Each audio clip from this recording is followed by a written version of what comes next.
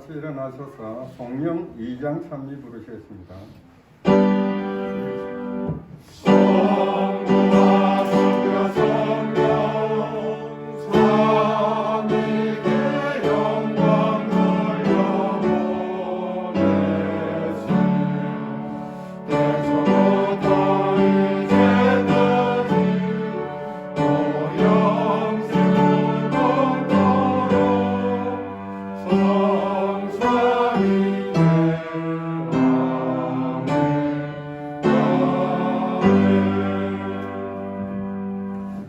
하늘에 계신 하나님 아버지, 저희들에게 생명을 허락하여 주시고 또 우리에게 호흡함으로 말미암아 하나님을 찬양하며 영광 돌릴 수 있게 해주시니 감사합니다.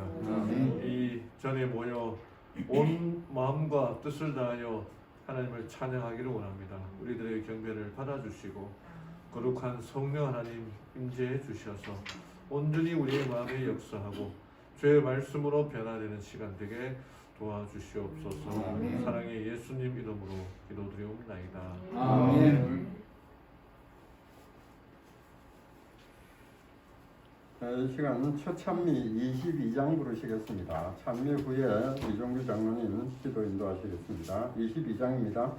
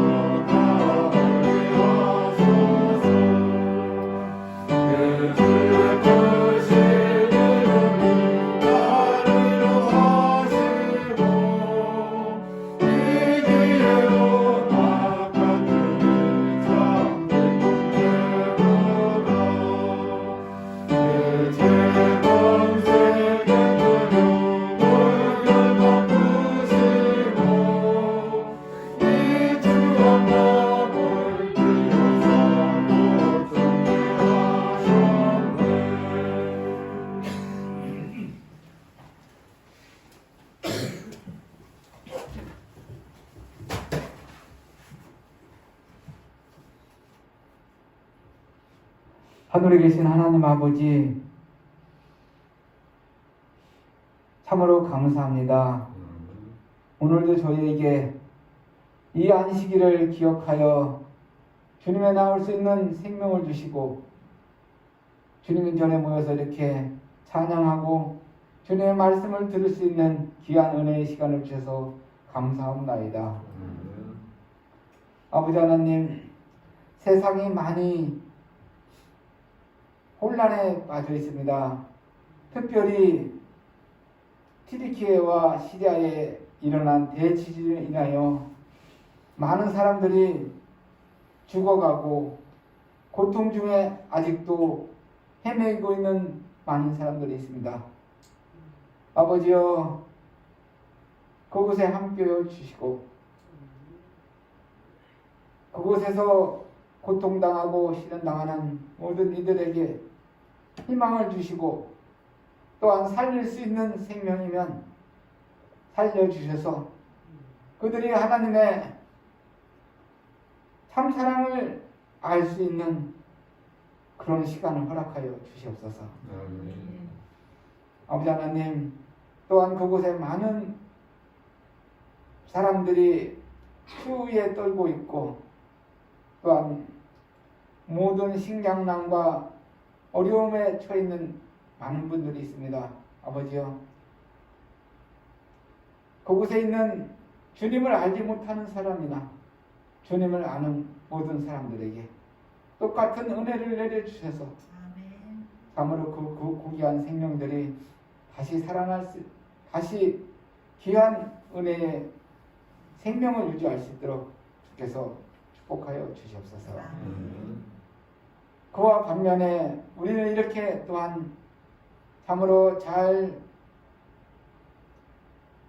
정돈된 주님의 전에서 또한 따뜻한 곳에서 이렇게 예배를 드리는 것, 모든 것이 주님께서 주신 은혜라는 것을 늘 생각하며 우리 삶 속에서 하나님 앞에 늘 감사하며 늘 찬양하며 하나님의 영광을 드러내는 아름다운 삶들이 될 수 있도록 모든 성도님들을 주께서 은총을 더하여 주시옵소서. 아버지 하나님, 이 시간 목사님을 단위에 세우셨습니다. 아버지 하나님, 그 말씀을 통해서 나오는, 그 입으로 통해서 나오는 모든 말씀이 우리 모든 성도들에게 귀한 생명의 양식의 말씀이 될 수 있도록 축복하여 주시옵시고, 그 말씀을 우리가 먹음으로 말미암아 우리 삶이 더욱더 하나님과 가까이 동행하는 참으로 믿음의 삶이 될 수 있도록 인도하여 주시옵소서. 아버지 하나님, 주님의 전을 사모하고 그리워하지만 이전에 나오지 못한 우리 모든 삼단님께 성도님들에게 있는 곳에 똑같은 은혜를 내려주셔서 다 함께 이 예식에 참여하는 이 시간에 동행할 수 있도록 주께서 또한 함께하여 주시옵소서. 예배를 마치는 시간까지 사달 일절 틈타지 않고 오직 하나님만이 영광받는 귀한 시간 되었기를 원하며 예수님 이름으로 간절히 기도드렸사옵나이다.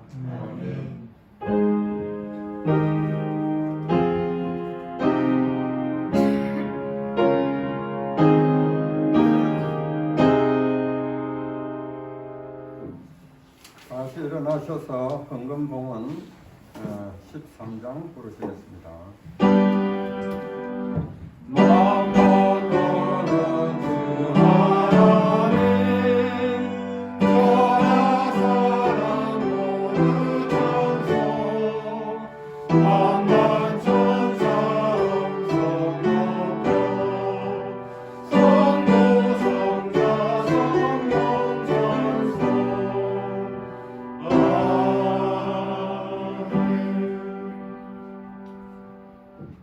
하늘에 계신 하나님 아버지, 편안하고 따뜻한 가운데 저희들이 하나님을 섬길 수 있도록 은혜 주셔서 감사를 드립니다.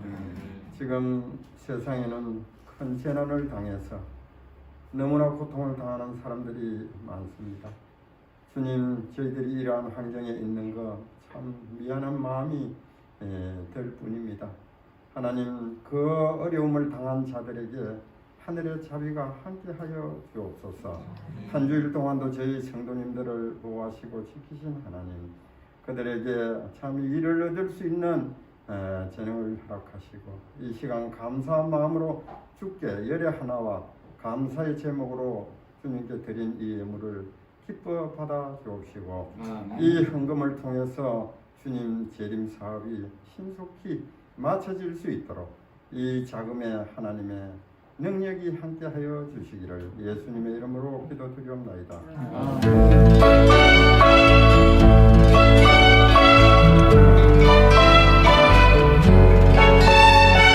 손에 손잡고 찬송 부르며 주님 말씀 기다려 은혜 안에 살며 믿음 안에 행하며 주리 돌보시리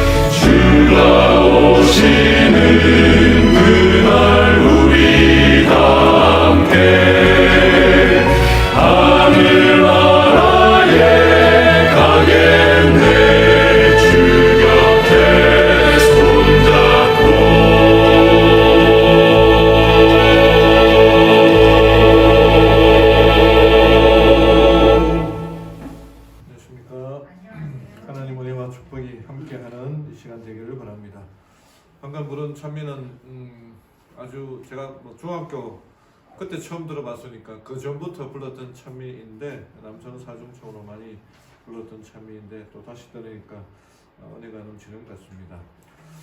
오늘 오신 우리 성도님들 하나님의 은혜와 축복이 풍성히 임하는 귀한 안식일 되기를 바랍니다. 하나님의 말씀 계시록 3장 7절부터 13절까지 있는 필라델비아 교회에 보내는 편지의 내용들을 보도록 하겠습니다. 계시록 3장 7절에서 13절까지의 말씀입니다.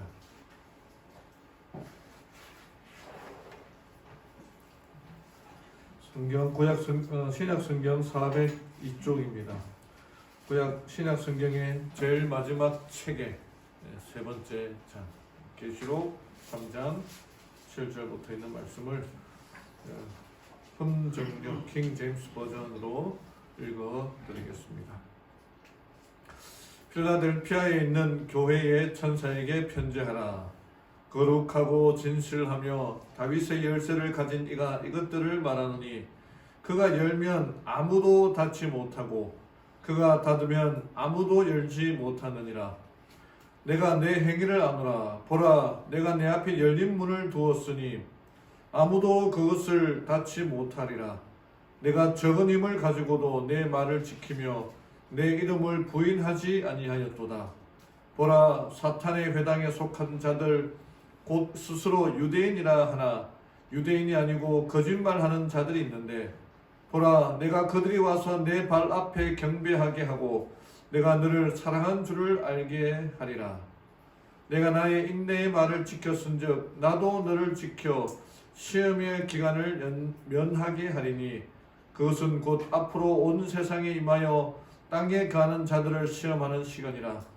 보라, 내가 속히 오리니 내가 가진 그것을 굳게 붙잡아 아무도 내 관을 빼앗지 못하게 하라. 이기는 자는 내가 내 하나님의 성전에서 기둥이 되게 하리니 그가 다시는 나가지 아니하리라. 또 내가 내 하나님의 이름과 내 하나님의 도시 곧 하늘에서 내 하나님으로부터 내려오는 새 예루살렘의 이름을 그 위에 기록하고 나의 새 이름을 그 위에 기록하리라. 귀 있는 자는 성령께서 교회들에게 말씀하시는 것을 들을지어다. 필라델피아 교회는 책망이 없는 교회입니다. 칭찬으로 가득 찬 교회. 이런 교회가 되기가 쉽지 않죠. 하나님께서 우리들에게 여러 편지를 쓰시면서 우리들에게 책망하지 않고 칭찬만 받을 사람이 누가 있겠습니까? 어디 있겠습니까? 그러나 이 필라델피아 교회는 그러한 교회였다는 것입니다. 그래서 우리가 계시록 연구할 때 자주 반복해서 드리는 말씀이지만 결코 어려운 책이 아닙니다. 어렵다 하는 바람에 잘 읽지를 않고 있고 정말 어렵다라고 생각이 되지만 하나하나 읽으면은 하나님께서 우리들에게 어떻게 역사하시고 사랑이 듬뿍 담겨 있고 정말 꿀이 뚝뚝 떨어지는 그런 내용들입니다. 사도 요한이 왜 성경을 어렵게 썼겠습니까? 다 죽고 자기와 동료였던 11명의 제자들은 다 순교하였는데 혼자만 남은 요한이 남아있는 사람들에게 어떤 말씀을 전하였을까? 예수님은 오신다 하였는데 자기가 죽을 때가 다 되어도 오지 않고 있는 그 상황이 어떠하였을까? 게다가 자신은 반모섬이라고 하는 그곳에서 귀향살이하고 있습니다. 정말 희망이 없고 낙이 없고 기쁨이 없는 그에게 예수님은 나타나셔서 뭐라고 말씀하셨을까? 그러한 마음으로, 요한의 마음으로 성경을 읽어야 될 것입니다. 요한계시록에 우리가 이 연구하는 1차적인 목적은 하나님께서 우리들과 함께 하신다 는 것을 확신시켜주기 위한 것이다. 두 번째는 장차 우리가 이 미래의 일을 대비할 때에 무엇을 준비하며 어떻게 살아야 할 것인가를 가르쳐주고 있다고 하는 것입니다. 특별히 이 7 교회에 보낸 기별들을 통해서 하나님께서는 우리들에게 충성되이 일하라, 충성을 배신하지 말고 충성되이 일하라고 하는 말씀입니다. 그래서 우리가 요한계시록을 연구할 때에 우리 교회에는 큰 도움이 있을 것이다. 이 약속의 말씀이 우리들에게 주어져 있는 것입니다. 또 이 7교회 보내는 기별은 그때 그 당시에만 해당되는 것이 아니라 오늘 우리 시대에도 해당되고 또 우리의 삶에도 해당됩니다. 첫 번째 교회가 에베소 교회였잖아요. 에베소 교회는 첫사랑을 잃어버린 교회. 여러분 처음 우리가 신앙할 때에 얼마나 뜨거운 마음으로 신앙했습니까? 오늘 안실학교 때 우리 강미영 집사님 어릴 때 배웠던 그 어린이 노래, 그때 정말 순수한 마음으로 하나님을 찬양하며 불렀던 노래였지 않습니까? 근데 그 첫사랑을 잃어버리고 더 이상 뜨겁지도 않고 더 이상 열정이 있는 것도 아닌 우리의 모습들을 돌아볼 수 있는 7교회의 특징이 또 우리의 모습에 내 자신의 특징이 될 수도 있습니다. 그런 지금 이 시대에 하나님께서 나에게 주시는 그 권면의 말씀을 통해 내가 어떻게 살아야 할 것인가 다시 한번 각성하고 깨어서 하나님의 말씀을 연구하는 우리 모두가 되기를 바랍니다. 오늘 계시록 3장 7절부터 나오는 빌라델비아 교회에 보내는 말씀은 성전의 기둥이 되라. 기둥이 없으면 모든 건물은 무너지죠. 이제 기초 그렇게 될 수 있는데 이 고기 이름 아십니까? 생선의 이름 원래는 묵이었는데 또 은어로 바뀌었다가 다시 묵으로 된 이야기 잘 아시죠? 임진왜란 때 선조가 이제 피난을 하게 되었지 않습니까? 그때 피난하는 중이라 먹을 게 없는 그때에 의주까지 피난을 갔는데 그때 이제 의주에 있던 백성들이 임금에게 진상하기 위하여 거기서 나고 있는 물고기, 이 묵이라고 하는 물고기를 임금에게 진상하였습니다. 그런데 그때 이 선조 임금이 너무너무 맛있게 먹었다는 거예요. 그래서 이 선조 임금이 이 물고기 이름이 무엇이냐? 그랬더니 신하가 묵이라고 하니까 아니 이렇게 맛있는 생선의 이름이 묵이라니 이 생선의 이름을 언어라 불러라 라고 그렇게 묵이라 하지 말고 언어라 불러라 그렇게 했습니다. 그래서 그 다음부터 이 생선의 이름이 언어가 되었습니다. 임진왜란이 끝나고 선조가 다시 이제 궁으로 돌아왔는데 그때 피난살이 할 때 의주에서 먹었던 그 생선이 너무나 먹고 싶은 거예요. 그래서 신하들에게 얘기해서 그때 먹었던 생선을 요리해서 식탁에 올려라 라고 했는데 이 신하들이 맛있게 요리해서 선조 앞에 내놓았는데 그 선조가 그 어느 생선을 먹어보니까 맛이 있습니까? 맛이 없습니까? 맛이 없는 거예요. 그때는 피난살이 할 때 정말 먹을 게 그것밖에 없었으니까 맛있게 먹었는데 이 다른 것들도 먹을 게 많은데 먹어보니까 원래 이 묵이 맛이 없습니까? 고기가 생선이? 저는 잘 모르겠습니다만은 너무 맛이 없으니까 이 선조 임금이 뭐라고 했습니까? 이 고기를 언어라 부르지 말고 다시 묵이라 불러라. 도로묵이라고 해서 여기서 파생된 말이 뭐 말짱 도로묵 이렇게 얘기되지 않습니까? 우리가 배고플 때 먹는 것은 웬만한 것은 다 맛있습니다. 제가 한창 자전거 탈 때는 자전거 탈 때 가는 집들은 다 맛집이라 그러더라고요. 왜냐하면은 막 이제 달리기 해서 타고 나서 배가 고플 때 이제 식당에 들어가니까 어떤 식당이든지 다 맛집이라고 그렇게 얘기했는데 배고플 때 먹는 것은 다 웬만하면 맛있습니다. 좀 편하고 배부르게 난 다음에는 아무리 맛있는 걸 줘도 그렇게 맛있다는 것을 느끼지 못합니다. 우리의 환경도 그렇죠. 사람들은 더 좋은 것, 더 문제 없는 것, 더 편안한 생활을 원하지만 그 편안한 생활이 하늘 가는데도 필요한가 하는 거죠. 계속 좋을 건가? 우리 어떻게 하면 하나님을 더 알고 올 한 해 작년보다 더 하나님을 더 갈급하며 간구하며 살아갈 수 있을까요? 더 성령의 필요를 갈급하며 간구하며 살아갈 수 있을까요? 정말 하나님께 우리가 처해 있는 여러 상황들이 어렵다 하더라도 그때가 더 하나님을 만나기 더 쉬운 때라 생각됩니다. 우리 이종규 장로님 기도할 때 투르키의 지진에 관한 이야기들을 우리가 읽고 뭐 그 영향이 뭐 포항에도 왔다고 뭐 그러는 것 같은데 그런 영향들을 우리가 볼 때에 다시 한번 우리가 각성해서 하나님의 때가 얼마 남지 않았음을 생각하고 더 하나님께 가까이 나아가야 된다 생각합니다. 오늘은 7교회 중에 그 6번째 교회 빌라델비아 교회에 대하여 말씀드리겠습니다. 이 빌라델비아 도성은 7교회 중에서 가장 역사가 짧은 도시입니다.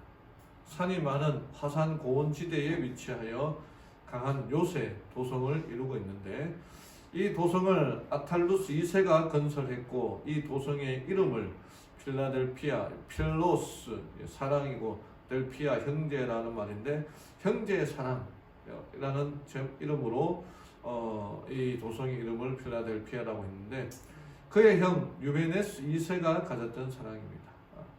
유메네스가 보좌에 올랐을 때에 아탈루스는 동생을 무너뜨릴 수 있는 세력과 여러 기회가 있었음에도 불구하고 그 유메네스를 충성스럽게 권력은 아버지도 없고 자식도 없고 다 없지 않습니까? 근데 그가 충성스럽게 유메네스를 섬겼기 때문에 형제 사랑이라는 이름의 도성을 그 형의 이름을 형의 사랑에 대하여 이렇게 기념함으로 이 교회의 도시의 이름을 새겼고요. 이 빌라델피아 교회는 거룩하고 진실하사 다윗의 열쇠를 가지신 이가 예수님으로 묘사합니다. 사대 교회는 칭찬이 없는 교회였어요. 정말 살아있으나 죽은 교회다라고 사형 선고나 다를 바 없는 그런 책망을 하셨는데 빌라델피아 교회는 아무런 책망이 없어요. 칭찬으로 가득 찬 교회가 빌라델피아 교회입니다. 그들은 하나님의 말씀을 지켰고 하나님의 이름을 부인하지도 않았습니다. 서머나 교회처럼 이 빌라델비아 신도들도 유대인들의 반대로 고통을 당했습니다.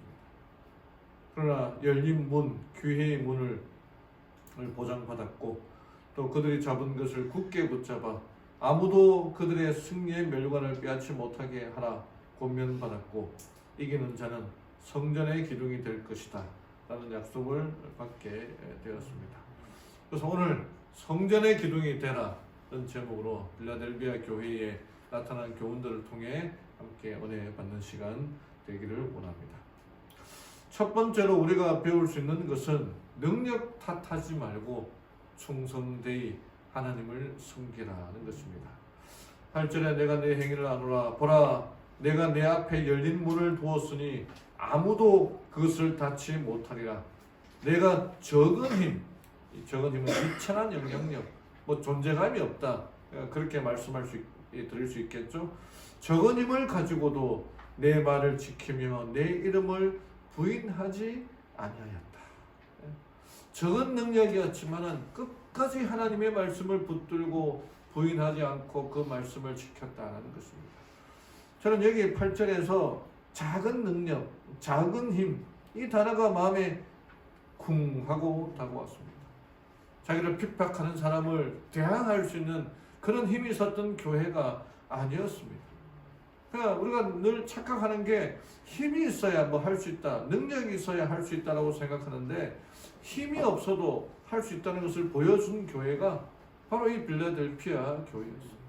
그건 존재감도 없고 정말 적은 힘, 정말 능력이 없는 그런 교회였음에도 불구하고 끝까지 하나님의 말씀을 붙든 교회였습니다.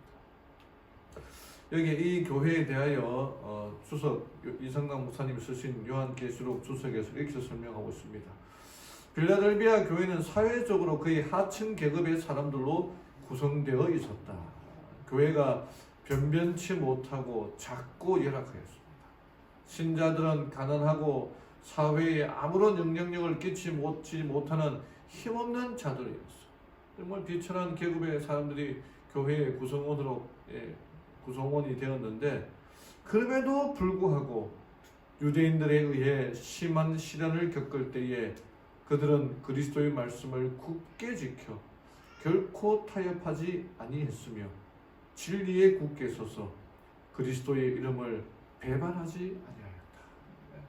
정말 약하디 약한 존재감 없는 비천한 계급의 사람들이 하나님을 믿는 믿음을 붙들고 그 교회에 출석하고 있었는데 그들이 어떤 그 유대인들의 그 고통과 핍박이 있었음에도 불구하고 정말 능력 없는 그 사람들이 하나님의 말씀을 붙들고 끝까지 부인하지 않았던 거예요.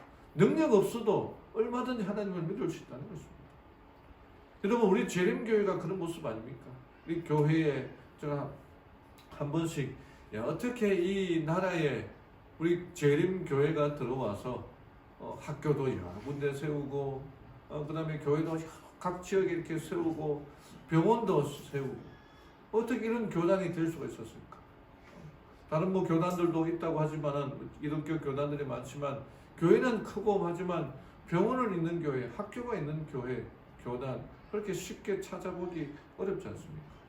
근데 우리 교회 또 구성원들 말씀으로 오직 진리라는 그 말씀으로 붙들고 살아온 교회가 우리 재림교회 아니겠습니까? 이 빌라델비아 교회처럼 비록 뭐 존재감이 없다 하더라도 영향력이 없다 하더라도 하나님의 말씀을 굳게 붙들고 살아가는 우리 성도님들 되기를 간절히 바랍니다.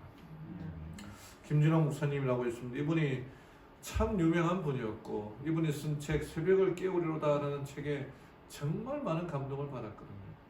근데 이 목사님이 무슨 생각이 들었는지 이명박 대통령 당시에 이 정치에 관심을 가져가지고 좀 그 결과가 좀 씁쓸했던 그런 생각이 들어요. 만약에 그분이 정치에 좀 관심이 없었다면 지금까지도 제가 존경할 수 있는 그런 목사님이라 생각이 되는데 정말 청계천에서 그의 사역을 시작하면서 얼마나 고생하면서 좀 둘의 마을이라고 하는 그런 하나의 단체를 이루지 않았습니까? 이분이 옛날에 이제 1971년에 이제 청계천에서 활민교회를 개척하고 목회를 시작하였습니다. 그런데 그 가난한 동네 청계천 그곳에서 가난을 복음으로 이기기 위하여 힘든 곳에서 이제 복음을 전하였는데 말이 쉽죠. 그 새벽을 깨우려 이거 책 읽어보면은 뭐 교인들도 없고 교회에서 예배를 드려도 헌금하는 사람도 없고 그래 자기의 그 가족 그 부인은 애는 또 폐결핵에 걸려가지고 그 장모님이 와서는 화가 나가지고 애를 데려가 버리고 어떻게 부인 하나 가족 하나 건설하지 못하면서 무슨 교회를 세우냐고 그런 얘기들이 이렇게 책에 나와 있거든요. 그래서 아이고 내가 이 활빈교회 이런 데서 목회를 못하겠다 하고 용달차를 불러가지고 교회 간판을 내리고 짐을 쌌습니다. 용달차를 부르려고 교회 문 밖으로 나가보니까 아이들이 교회 그 앞마당에서 놀고 있는 거예요. 그 애들이 있는데 짐을 싸서 갈 수가 없으니까 차마 이 아이들이 보는 앞에서 보따리를 챙겨서 떠날 수가 없어가지고 해가 지면은 아이들이 다 가면은 짐을 싸야겠다 하고 생각을 했습니다. 그래서 시간이 있어서 교회를 한 바퀴 돌아보고 또 한 집을 지나치는데 그 집에 보니까 아이가 5이 있는 집안이었어요. 아이가 5명이 있으니까 얼마나 시끌벅적한 집이었겠습니까? 근데 그날따라 조용한 거예요. 근데 우리 방문 앞을 지나가 보니까 애기들 신발은 5켤레가 있는데 아무런 인기척이 나지 않는 겁니다. 그래서 문을 열고 들어가 보니까 어두컴컴한 그 방에 5명이나 되는 아이들이 그 방에 그냥 누워있는 거예요.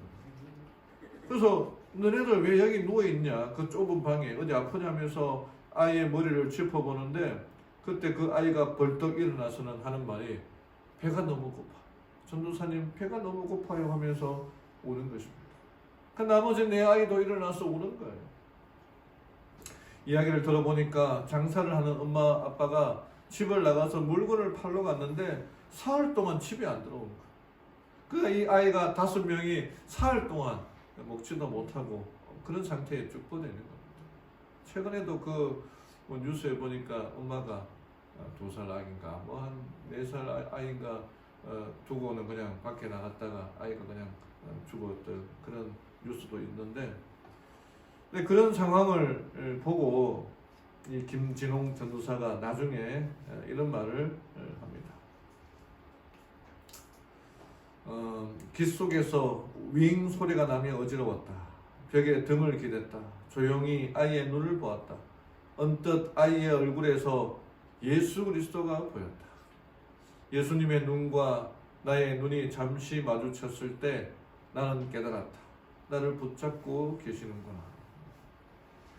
지금 이제 그 교회를 떠나려고 짐을 다 싸놓고 용당을 차를 부르고 갈 건데 교회 마당에 아이들이 놀고 있었어. 아이들이 전도사님하고 인사를 하니까 차마 그 아이들을 두고 떠날 수 없어서 저녁이 되면은 이제 떠나려고 했는데, 그래서 동네 한 바퀴를 돌다가 이 아이의 집에 들어가게 된 거야. 나중에 얘기를 들어보니까 이 엄마 아빠가 이제 노점상을 하다가 경찰에 붙잡혀서 이렇게 막 단속할 때 있지 않습니까? 붙잡혀가지고 감옥에 이제 구류라고 하죠. 며칠 구류를 하는 동안 있어가지고 집에 못 들어왔던 거예요. 그 아이들이 이제 거의 다 뭐 굶어 죽었는 거죠.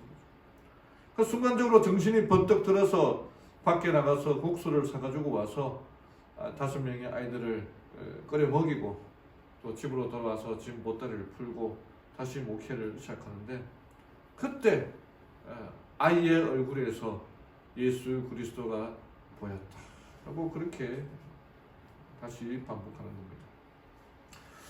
그래 큰 맘 먹고 큰 뜻을 품고 여기에서 하나님의 복음을 전하기 위해 들어왔는데 그 사람들이 방해하고 이해하지 못하고, 어떤 사람은 헌금 낸 그 헌금함에 왜 목사님은 그 헌금 돈을 가져가느냐?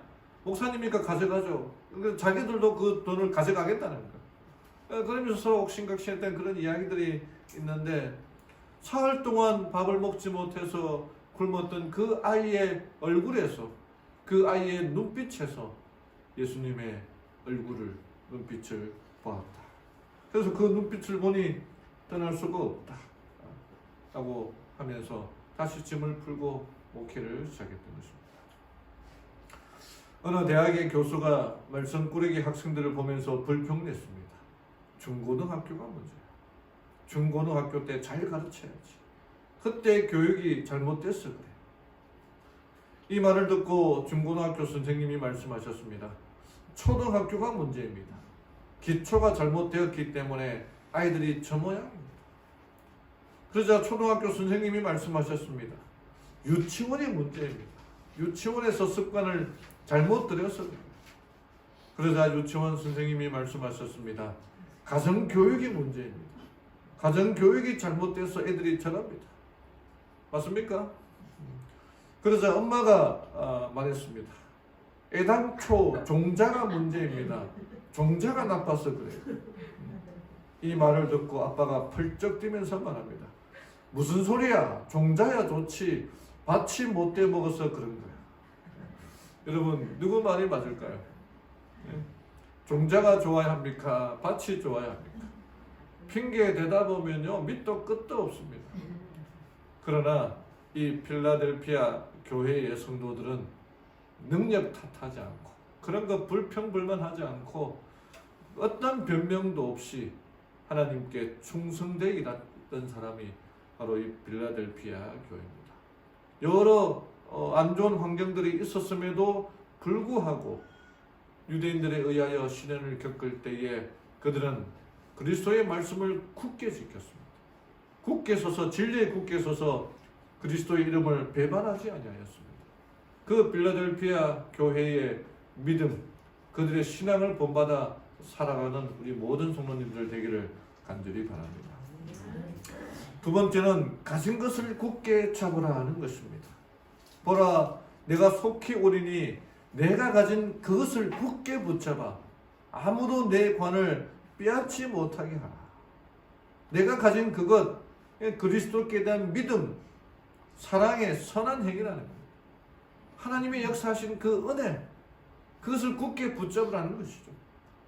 그리고 굳게 붙잡으라는 말은 현재 명령문인데 그것을 지금도 붙잡고 계속해서 붙잡고 끝날 때까지 붙잡으라는 거예요.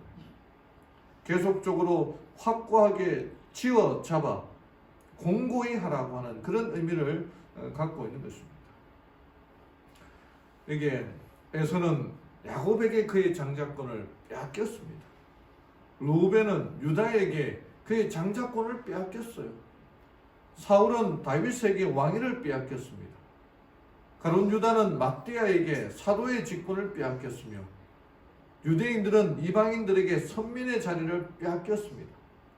셈나는 엘리야김에게 직분을 빼앗겼고 요압과 아비아들은 버나냐와 사독에게 직임을 빼앗겼습니다.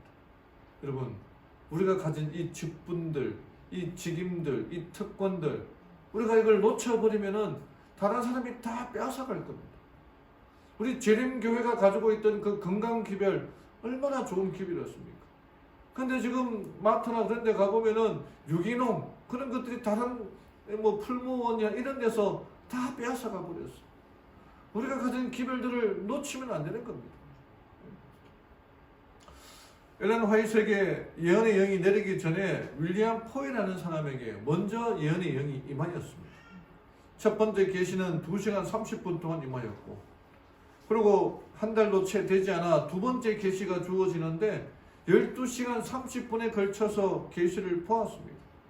그가 계시를 받을 때는 무아지경이었어요. 숨은 쉬지 않았지만은 그의 심장은 계속 뛰고 있었습니다.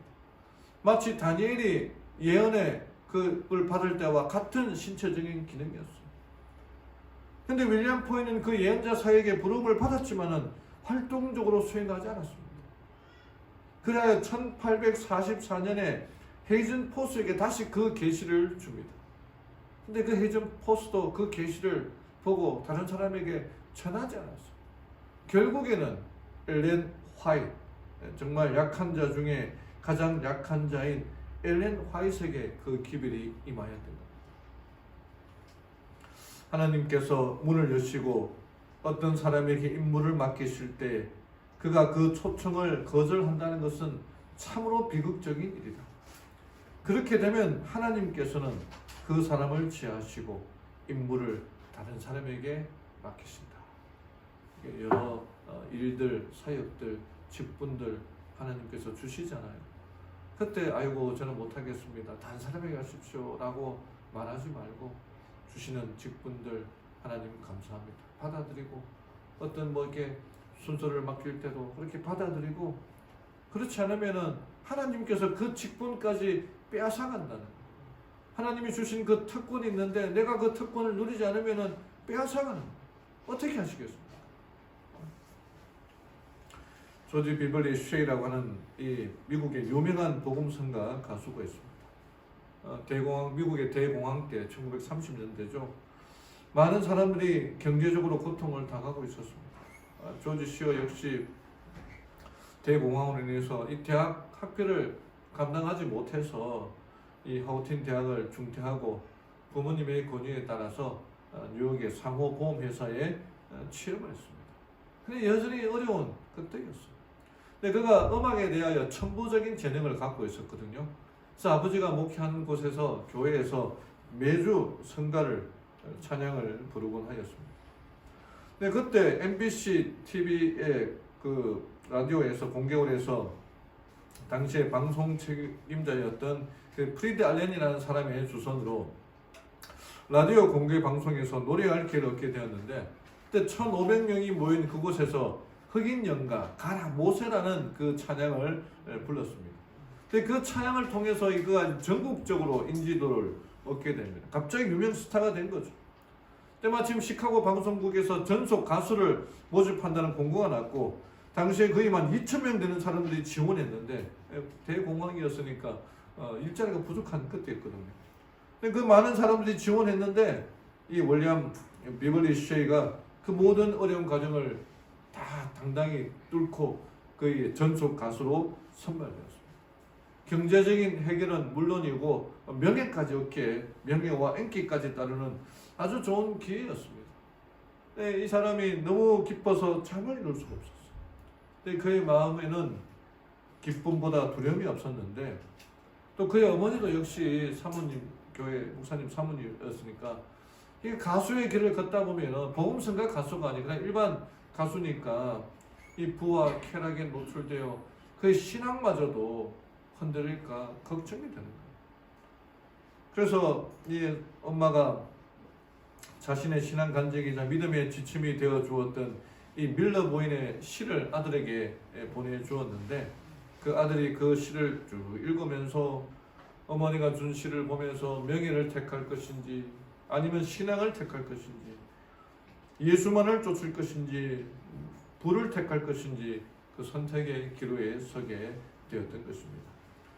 그러던 어느 날 그는 하나님께서 주시는 영감을 따라 피아노를 치면서 이 가사에 그 시에 곡을 붙이기 시작했는데 그 노래가 바로 주 예수보다 더 찬미가 420장 찬미였던 것입니다. 그리고 그날 거주의 예배에서 설교 예배에서 이 찬송을 불렀고 많은 교인들이 찬송을 듣고 커다란 감명을 받았습니다. 그 다음날 시카고 방송국에서 전화가 왔는데 전속 가수로 선발되었으니까 이제 이런저런 일정을 의논하기 위해서 전화가 왔는데 그때 이 쉐이는 이렇게 말합니다. 정말 죄송합니다. 저는 이제부터 하나님께서 주신 음악의 재능을 오직 하나님의 영광만을 위해서 사용하기로 결심했습니다. 하고는 세상의 영광과 부귀가 보장된 그 모든 것들을 버리고 복음성가 가수로 일하게 된 것입니다. 이 사람이 부른 찬미 1절만 좀 보도록 하겠습니다. 주 예수보다 더 귀한 것은 없네. I'd rather be his than have riches untold. I'd rather have Jesus than a houses or lands. I'd rather be led by his nail-pierced hand. I'd rather have Jesus than men's applause. I'd rather be faithful to his dear cause. I'd rather have Jesus than 이 사람이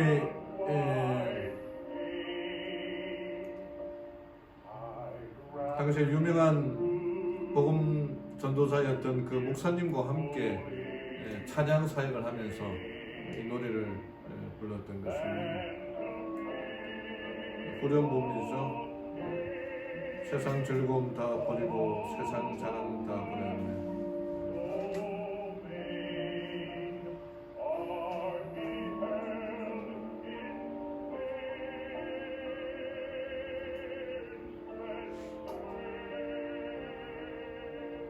여기까지.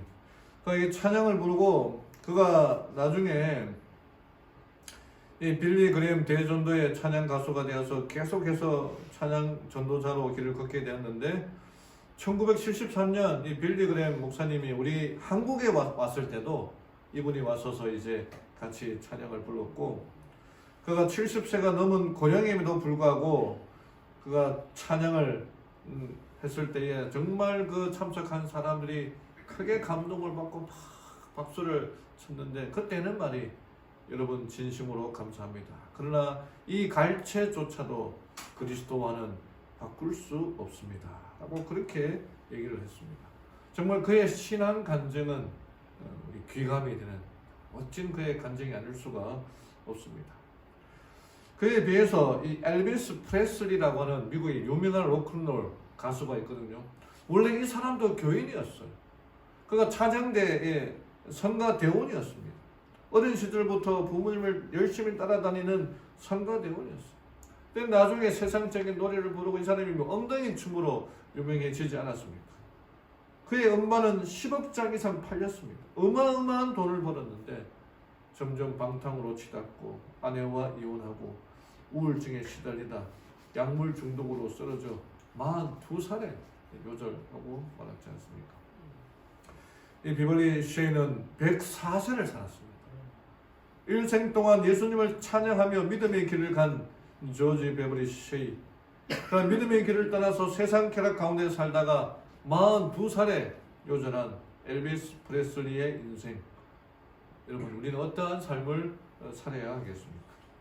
이게 귀중한 은혜의 시간이 지나가고 있으나 그것이 영혼을 위한 준비를 목적으로 주어졌다는 사실을 깨닫는 자는 거의 없다. 황금 같은 시간은 세속적인 업무와 쾌락과 흉악한 죄 등으로 허비된다. 은혜의 시간이 끝나고 있어요. 지진에 대한 소식들 우리의 마음을 어둡게 하지 않습니까? 그 모든 것들이 경고의 기별 아닙니까? 회개하라, 돌아오라 말하고 있지 않습니까? 이 해는 우리 생애의 마지막 해가 될 수 있다. 신중한 생각으로 새해에 들어서야 할 것이 아닌가. 형제 자매들이여 행복한 새해를 맞기 바란다. 이 해가 우리 생애의 마지막 해가 될 수 있다. 마지막 경고의 기별을 전해드려야 됩니다. 코로나가 있기 전에 해돋이를 보러 갔던 부부가 생이별을 했습니다. 2019년 이 12월 31일 밤 11시에 이 부부가 여수시의 그 거모도 직포 선착장에서 기다리다가 그만 그 차가 바다로 추락하는 바람에 그 안에 타고 있던 부인이 사망을 했습니다. 이 여성은 남편과 같이 해돋이를 보러 거모도에 갔다가 있고 사고 당시 남편은 숙소를 알아보기 위해 찾아보다가 차에서 내린 상태에서 그만 이 기아를 잘못 조정하는 바람에 이 부부가 생이별을 하게 되었던 것입니다. 심기일전하려고 새해 해돋이 갔다가 죽을 줄을 누가 알았겠습니까? 이 정미 공장에 가면 가장 많이 등장하는 세 단어가 있어요. 닦고, 졸이고, 기름치자. 가장 근본이 되는 겁니다.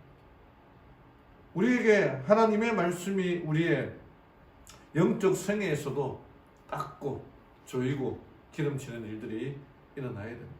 그래야지만 숨을 쉴 수가 있는 거예요. 기도를 통해서 하나님과 연결되어야지 하나님이 우리에게 주신 것들을 붙잡고 나아가야 되는 것입니다.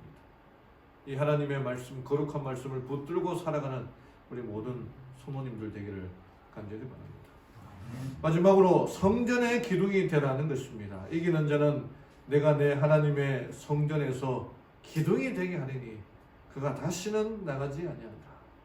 이 성전의 기둥이라는 말은 솔로몬이 성전을 그때 건축할 때에 두 기둥이 있었어요. 근데 그 두 기둥의 이름은 각각 이름이 있었는데 하나는 야긴이었고 하나는 보아스였습니다. 야긴이라는 말은 제가 세우다 혹은 경고하다는 뜻이고 보아스라는 말은 능력이라는 말입니다.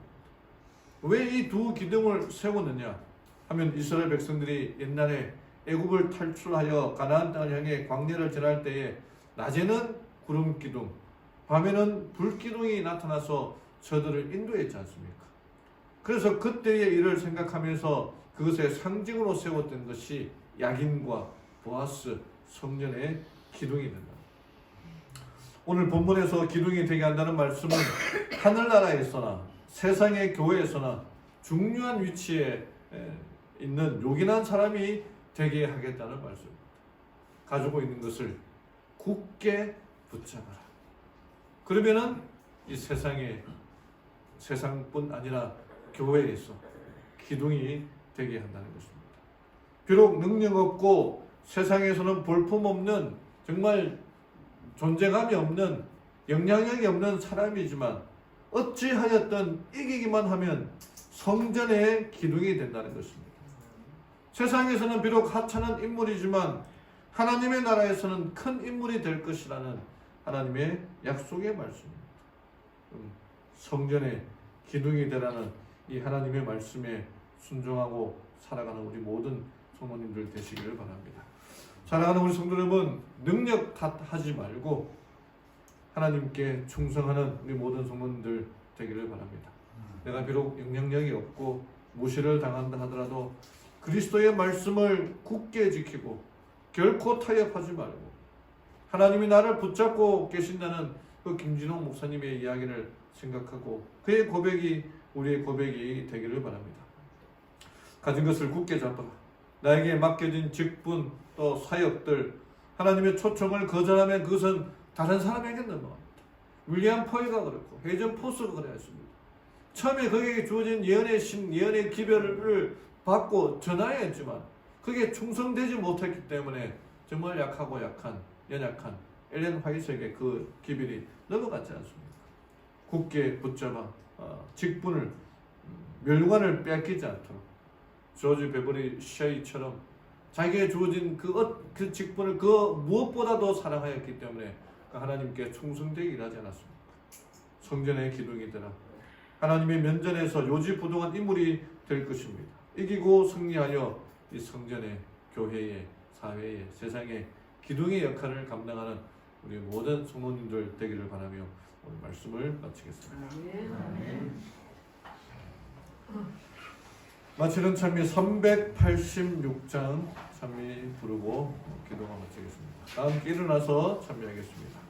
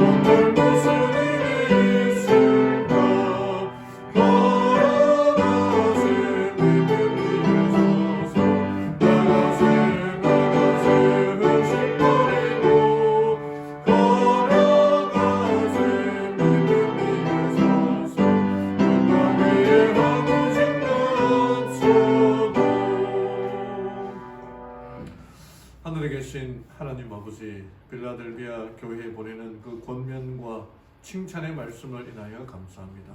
하나님, 그 빌라델비아에게 전해진 그 권면의 말씀을 우리가 받들고 정말 능력 탓하지 말고 하나님의 끝까지 충성하는 죄를 되게 인도하여 주시옵소서. 우리에게 주어진 특권들, 직분들, 또 맡겨진 사명들 감사함으로 받아들이고 그것을 끝까지 붙잡고 주님 오시는 그날까지 충성되이 일하며 살아가는 죄를 되게 도와주시옵소서.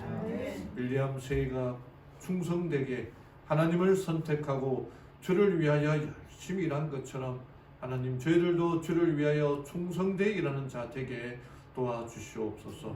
그리하여 하나님의 성전의 기둥이 되라는 이 약속과 칭찬과 권면의 말씀이 우리에게도 적용되도록 도와주시옵소서. 교회의 기둥이 되기를 원합니다. 가정의 기둥이 되기를 원합니다. 또 이 사회의 기둥이 되어서 주를 위하여 열심히 일하고 하나님을 섬기며 봉사하며 살아가는 우리 모든 삼당진 교회 성도들 되게 인도하여 주시옵소서.